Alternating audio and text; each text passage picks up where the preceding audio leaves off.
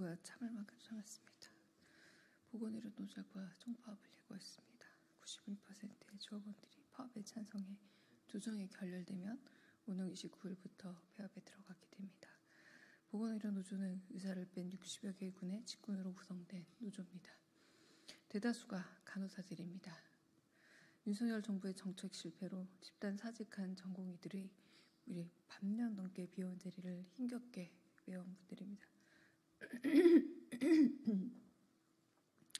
더불어민주당 원내대변인 강미정입니다. 본부 시작하겠습니다.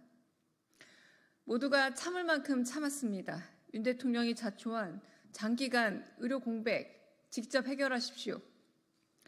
보건의료노조가 총파업을 예고했습니다. 91%의 조합원들이 파업에 찬성해 조정이 결렬되면 오늘 29일부터 파업에 들어가게 됩니다. 보건의료노조는 의사를 뺀 60여 개의 직군으로 구성된 노조입니다. 대다수가 간호사들입니다. 윤석열 정부의 정책 실패로 집단 사직한 전공의들이 무려 반년 넘게 윤석열 정부의 정책 실패로 집단 사직한 전공의들이 무려 반년 넘게 비워온 자리를 힘겹게 메워온 분들입니다. 우리도 지쳤다. 끝이 보이지 않는 의료 공백을 정상화시켜달라는 이들의 요구는 필연입니다.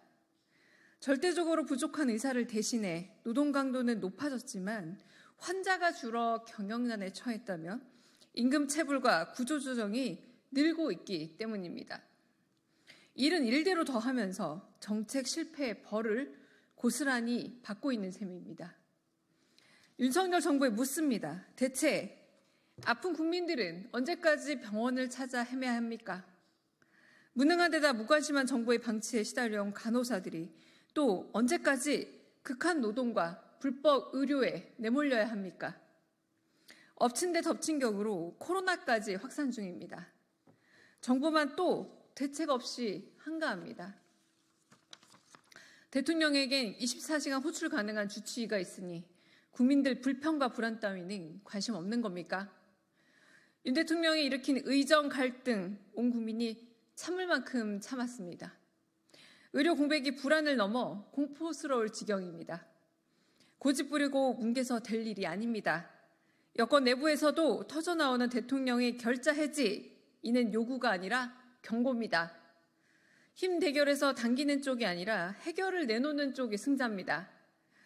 결자 해제 한 끝은 다름 아닌 대통령이 쥐고 있음을 온 국민이 알고 있습니다. 보건의료노조의 고단함을 알기에 더 간곡히 호소드립니다.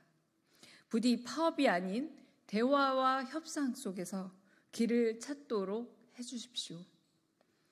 민주당도 의료 정상화를 위해 최선을 다하겠습니다. 마지막 부분만 다시 읽겠습니다.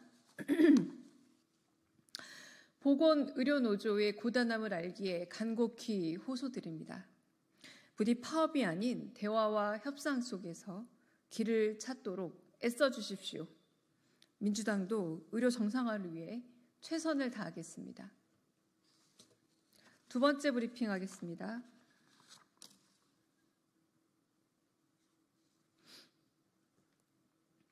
한동훈 대표는 내일까지 최혜병 특검법 가져오십시오. 한동훈 대표 취임 한 달 성적표가 한동훈 대표의 취임 한 달 성적표가 기대 이하입니다. 본인 지지율, 대통령 지지율, 당 지지율까지 동반 하락하는 트리플 쇼크 국면입니다.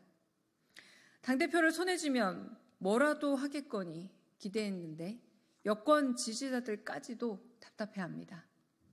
그렇게 오랫동안 약속해온 본인의 1호 공약, 최혜병 특검법조차 내지 못하니 말입니다. 생방송이니 뭐니 하루짜리 눈돌리기용 이슈만 내놓으니 국민 눈높이에 한참 부족합니다. 국민 눈높이에 맞게 힘껏 까치발을 디뎌야 합니다. 그게 바로 최혜병 특검법입니다. 박찬대 원내대표가 제시한 한동훈표 최혜병 특검법 제안 시한이 내일입니다.